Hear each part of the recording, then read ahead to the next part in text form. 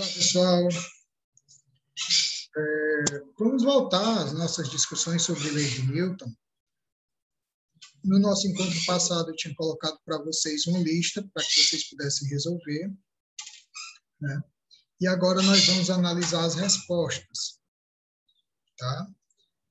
Vamos ver como foi que essa lista ficou para vocês. Analisem aí as questões que vocês acertaram, espero que tenham acertado todas, né? Então, vamos lá. A nossa primeira questão está relacionada a peso e massa, né? A diferença de peso e massa. Tá? Então, ele fala da relação entre um objeto na Lua e um objeto na Terra. As acelerações da gravidade da Terra e da Lua são dadas aqui. Se a da Lua é menor, espera-se que o peso lá seja menor, né? Então, a nossa relação é a seguinte: o peso é igual a massa vezes a aceleração da gravidade. Tá? E eu fiz esse ajuste aqui. Passei o G para o outro lado dividindo, ficou massa igual a peso vezes dividido pela aceleração da gravidade. Então, o que acontece? A massa é uma constante. Nós sabemos que, por ser a quantidade de matéria em um corpo, né, a massa não varia de acordo com o local, a menos que o corpo tenha perda ou ganho de massa, o que não é o caso. Tá? Então, por exemplo, no seu caso, se você emagrece ou engorda, você teve perda ou ganho de massa. Aqui não é o caso, ele não fala em perda ou ganho de massa, então a massa se mantém constante, então eu posso escrever essa relação aqui. Peso da Terra sobre o G da Terra é igual ao peso na Lua sobre o G na Lua. Peso na Terra, o que queremos? G na Terra, 10, está aqui. Peso na Lua, 48. G da Lua, 1,6. Tá? Então, as unidades estão todas coerentes, ó, o G em metro por segundo quadrado e o peso em Newton, tudo unidade do SI. Então, eu não preciso fazer nenhuma conversão. 48 dividido por 1,6 é 30. Esse 10 que está dividindo passa para o outro lado multiplicando. Então, eu tenho 300 Newton. Né? E tem B. Veja que eu fiz essa estruturação pelo fato da massa ser constante. E aí você pode questionar o seguinte: bem, e se eu primeiro descobrisse a massa e depois aplicasse a equação de novo para saber o peso, daria certo? Daria da mesma forma. Tá? Que, em outras palavras, por um outro caminho, foi isso que a gente fez aqui. Ó. P sobre G é a massa. Tá? E aí eu multipliquei pelo G, achei o peso de novo. Então, o peso na Terra é de 300 Newton. Ok? Então, a massa na Terra e a massa na Lua é a mesma, o que muda é o peso. Continuando no assunto da segunda lei, nós temos o seguinte: eu tenho que uma força é aplicada num corpo, e depois ele aplica a mesma força, então veja, ele mantém a mesma força em um corpo de massa em 1 sobre 4, ou seja, se é em 1 sobre 4, ele reduziu a massa. E aí é lógico, se a massa reduz com a mesma força, a aceleração é maior. Tente empurrar, sei lá, um carro, né, e uma bicicleta com a mesma força. Então, você percebe que a bicicleta, obviamente, alcança uma velocidade maior, bem mais rápido do que o carro, tendo você aplicado a mesma força. Então, nós estamos aqui mantendo a mesma força, as mesmas condições de atrito ou de ausência dele. Tá? Ok? Então, é lógico que o segundo corpo vai adquirir uma aceleração maior. Quantas vezes? Aí basta você observar a segunda lei, que nós justificamos matematicamente. A força é M1 vezes A1, né, no primeiro bloco, e no segundo é a mesma força, ó. Só que agora a massa é M1 sobre 4 vezes A2, que é a segunda aceleração. Nós sabemos que essa aceleração vai ser diferente da primeira, já que a massa é diferente. Então, como as forças são iguais, eu posso igualar as duas expressões. Ó. E aí, como ficou tudo em função de A1, eu posso cancelar o M1. Tá? Então, A1 é igual a A2 sobre 4. Passo 4 multiplicando. Então, veja que a aceleração, com a massa 4 vezes menor, a aceleração fica 4 vezes maior.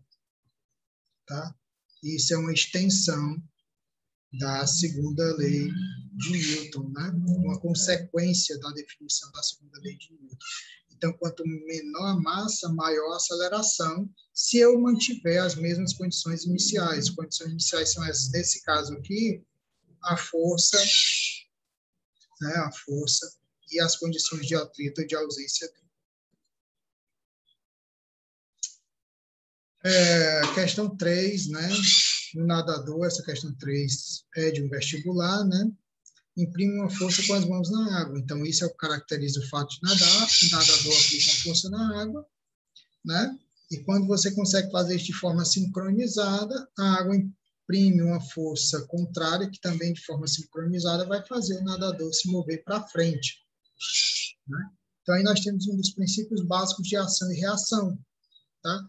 F1 e F2 são forças de mesmo módulo, ou seja, mesmo valor, mesma direção, porque estão ao longo da mesma linha, só que de sentido oposto. Veja que F1 empurra para a esquerda e F2 para a direita. E atuam em corpos diferentes. F1 atua na água, é a força do nadador na água, e F2 é a força da água no nadador. Tá certo? Então, assinale a resposta correta. Esse princípio obedece à lei da inércia? Não, ele não obedece à lei da inércia. Ele obedece à lei de ação e reação, né? Onde o nadador imprime a força da água para trás, F1 aqui, por sua vez, né, a água, por sua vez, empurrando para frente, F2. Item B é o item correto, mas vamos analisar os demais. O nadador puxa a água e a água empurra o nadador obedecendo à segunda lei. Não, nós já vimos que é a terceira. Nesse caso, é o nadador que puxa seu corpo, aplicando uma força nele próprio. Não, nós já vimos, né, que só é possível alterar o estado de repouso ou de movimento se eu tiver uma força externa, né? Então, o problema aqui não é a força nele próprio, tá? Ele exerce uma força na água e a água exerce uma força em sentido contrário. O nadador poderá mover-se, pois a força que ele aplica na água é maior. Não, não é maior. Pela terceira lei, é igual. Então, permanecemos com o item B, né? Obedece à lei de ação e reação. Tá bom? Questão 4. Analisa as afirmações a respeito da inércia e assinale a falsa. Tá? Cuidado, porque isso aí é comum a gente pedir a falsa, e às vezes vocês não leem, os alunos não leem direito, isso com base em turmas anteriores, e aí a primeira, às vezes, já no anseio, você vai para outra questão, você vai ver logo a primeira certa, já marca, só que na realidade ele quer a falsa. Então, cuidado com esses detalhes. A massa é a medida quantitativa de inércia? É, tá? Essa é uma das definições de massa, então isso aqui é verdadeiro. Medir a inércia é medir a facilidade ou a dificuldade de alterar o estado de repouso ou de movimento. Na falta de atrito, o corpo em movimento permanecerá em movimento perpetuamente. Sim, os corpos param por causa de atrito, de resistência do ar, de forças resistíveis. Então, na falta de atrito, esse foi um dos experimentos de Galileu, ele tentou reduzir no máximo o atrito e ver o que acontecia com os corpos. Tá? Isso a gente já falou em momentos anteriores. A situação de movimento retilíneo uniforme é denominado de equilíbrio dinâmico. Exatamente. Movimento retilíneo uniforme é equilíbrio dinâmico, enquanto repouso é equilíbrio estático. Tá? A tendência de um corpo em movimento uniforme com aceleração constante é manter-se em movimento perpetuamente. Aí você vai dizer, isso é mais ou menos o que diz o item B. Só que tem um probleminha nesse item. Esse fragmento aqui, ó, aceleração constante. Tem que ter um detalhe, a aceleração tem que ser constante e tem que ser igual a zero. Constante implica qualquer valor, desde que seja constante. Então, aqui, esse item se torna errado por causa desse termo aqui. Vamos ver o item E. O princípio da inércia é enunciado para que corpos que estejam em repouso ou em velocidade constante, né? Ou em repouso em velocidade constante. Tá, exatamente. Velocidade constante implica movimento retilíneo uniforme, certo? Então, o item correto, né, conforme a gente já discutiu aqui, o item errado, né, o item falso, que é o item correto para a questão, é o item D, né, justamente por causa desse termo aí da aceleração constante. Ok? Questão 5. Um corpo de massa 5 kg é lançado sobre um plano horizontal, com velocidade de 40 metros por segundo. E aí nós sabemos o seguinte, que se ele é lançado, e aí nós já conversamos sobre atrito em uma aula anterior, ele vai parar por causa do atrito, uma força contra o sentido do movimento, né? Se ele para em 20 segundos, quanto é que vai ser essa força, se nós considerarmos essa força constante? Então, vamos lá, tá aí. Vamos utilizar a segunda lei. Força é igual a massa vezes a aceleração. Só que nós sabemos que a aceleração, ó, é ΔV por ΔT. E o delta é sempre o final menos o inicial. Então, a velocidade inicial é 40, está aqui, ó, metros por segundo, as unidades estão todas coerentes, eu não preciso fazer nenhuma alteração. E a final, se ele para em 20 segundos, a final é zero. Então, fica 0 menos 40 sobre o tempo, que é 20 segundos. E a massa é 5 kg. Está aqui. Tá? 0 menos 40 é menos 40. Eu joguei o menos para cá. Ok? 40 sobre 20 é 2 vezes 5, 10 newtons negativos. Aí você olha para as opções e não vê nenhuma opção negativa. Esse negativo aqui, né, nessa questão, ele significa isso aqui, ó, de que a força é aplicada sobre o corpo contra o sentido do movimento. Então, é uma força resistente. Tá? Ela age contra o movimento.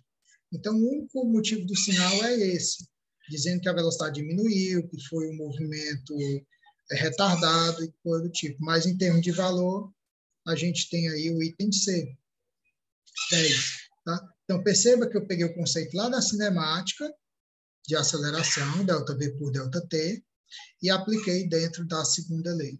Tá certo? Mas na frente nós vamos ter, como vocês já viram, um problema muito similar.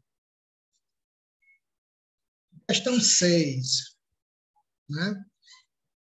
Veja que a questão 6 é similar à questão anterior. Agora nós temos um automóvel, só que aqui nós temos um probleminha. A velocidade está em quilômetros por hora. Perceba que na questão anterior estava tudo dentro do sistema internacional. Massa em quilogramas, velocidade em metro por segundo, tempo em segundo, então a força vai resultar em newton. Aqui não. A minha velocidade está em quilômetros por hora, então eu vou ter que primeiro fazer essa conversão. E nós vimos lá no primeiro semestre que para converter de quilômetro por hora para metro por segundo, eu divido por esse fator aqui, né, 3,6. Tá? Então, 72 dividido por 3,6 vai dar 20. Velocidade final é zero. Então, o ΔT, como o problema diz, é 10. Massa, 1.200. Tá? O sinal negativo aqui tem a mesma função da questão anterior. Uma força que atua, como são os freios, né? Ele atua contra o movimento. Tá? Então, 1.200 igual a menos 20 sobre 10. 2.400 newtons é a força necessária para, em 10 segundos, fazer esse carro parar. Ok? Questão 7. A mecânica clássica newtoniana, que é essa que nós estamos estudando, devido às 3 leis de Newton, basicamente, são conhecidas como leis de Newton. Sobre essas leis é correto afirmar. A primeira lei de Newton estabelece que um corpo permanece em repouso ou em movimento retilíneo uniforme, sempre que a resultante de força que atua sobre esse corpo for nula. Essa aqui parece que é a afirmação correta. Vamos ver as demais, né? A segunda lei só se aplica a sistemas de massas constantes. Falso. Ele se aplica a sistema de massas constantes? Sim. Tá? Mas não só isso. E só em regime estático? Também não. Tá? Também não. Em sistemas estáticos, que aí eu recaio na primeira lei, né, com aceleração nula, portanto, força resultante nula, ou em sistemas acelerados, inclusive com aceleração variável, tá? que nós não vemos aceleração variável no primeiro ano. Um sistema que vai ser visto com aceleração variável vai ser no segundo ano, que vai ser o movimento harmônico. Mas é o único sistema com aceleração variável que vocês vão analisar. A terceira lei aplica-se na interação de dois corpos de massas constantes somente quando esses se encontram em repouso. Não é só de massa constante, tá? Não é só com massa constante, é com massa variável também. E não é somente quando eles estão em repouso, pode ser quando estão em movimento. Na realidade, as leis de Newton são as leis do movimento, né, para a dinâmica.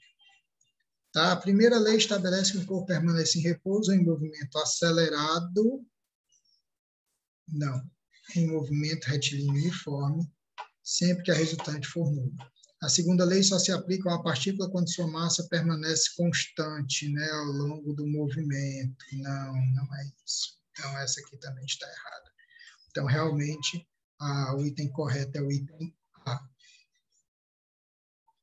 Com relação às leis de Newton, vamos para a oitava questão, já estamos chegando aí no fim da lista. Né?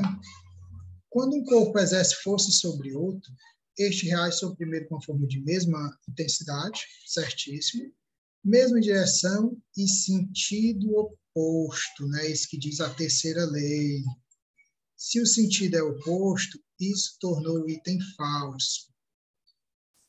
A resultante de força que atua em um corpo de massa m é proporcional à aceleração que esse corpo adquire. Exatamente, isso é a segunda lei, né? Força igual a massa vezes a aceleração. Então, quanto maior a força, maior a aceleração. Mantendo a massa constante, isso a gente já conversou ao longo dessa lista. Todo corpo permanece em seu estado de repouso ou de movimento, retilíneo uniforme, a menos que uma força resultante agindo sobre ele altere sua velocidade. Não. Todo corpo permanece em estado de repouso ou de movimento retilíneo uniforme, a menos que a força resultante... não, o item está verdadeiro, desculpe. O item está verdadeiro, tá? Desculpe, o item aqui é verdadeiro. É porque tem o a menos aqui, eu não prestei atenção. Então, a menos significa que isso aqui permanece, né? Todo corpo permanece em estado de repouso ou de movimento uniforme, tá? Mas, se houver uma força resultante agindo sobre ele que altere sua velocidade, essa situação deixa de existir. Então, o item é verdadeiro, tá? Desculpem aí, então vamos seguir em frente. Foi uma falha de leitura aqui. E, assim como eu resolvi deixar essa falha aqui para que a gente possa se atentar, né, para os enunciados, tá? E, às vezes, uma palavrinha faz com que a gente cometa um erro, então a gente precisa ler os enunciados com atenção. A intensidade, a direção e o sentido da força resultante é igual à intensidade, a direção e o sentido da aceleração. Olha, a intensidade, não. A direção e o sentido, sim. Mas a intensidade, não, tá? Então, essa aqui é falsa. Então, 2 e 3, né, são verdadeiras, que é o item A. Ok? Ordem de grandeza de uma força de 1000 newtons é comparável ao peso de... Então, vamos fazer o seguinte, a ordem de grandeza, vamos colocar de forma mais simplória possível, que é o que mais se aproxima, tá? É o que mais se aproxima. Então, vamos fazer o seguinte, considerando o G da Terra, vamos fazer o G igual a 10. Então, para uma força de 1000, eu teria uma massa de 100 kg. Para uma força de 1000 newtons, eu teria uma massa de 100 kg. Um lutador de boxe de peso pesado teria uma massa próxima de 100 kg? Sim, é possível. Vamos deixar aí. Um tanque de guerra. Não, um tanque de guerra é da ordem de toneladas. Mesma coisa de um navio. Uma bola de futebol já entra na casa dos gramas, assim como a bolinha de ping-pong. Tá? Então, nós ficamos aí com o lutador de boxe. Veja que eu descobri a massa dele e fui ver qual desses itens aqui era mais próximo disso. Tá?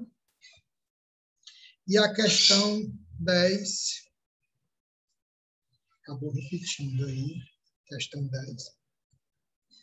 Tá? Então, gente, é isso.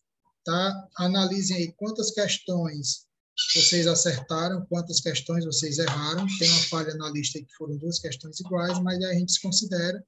Analisem aí das questões, quantas vocês acertaram e quantas vocês erraram. Ok? Espero que tenham acertado o máximo possível. Caso não tenham acertado, vejam isso e façam as correções, porque esses conceitos serão importantes para os nossos próximos encontros. Ok? Um forte abraço. Até o nosso próximo encontro.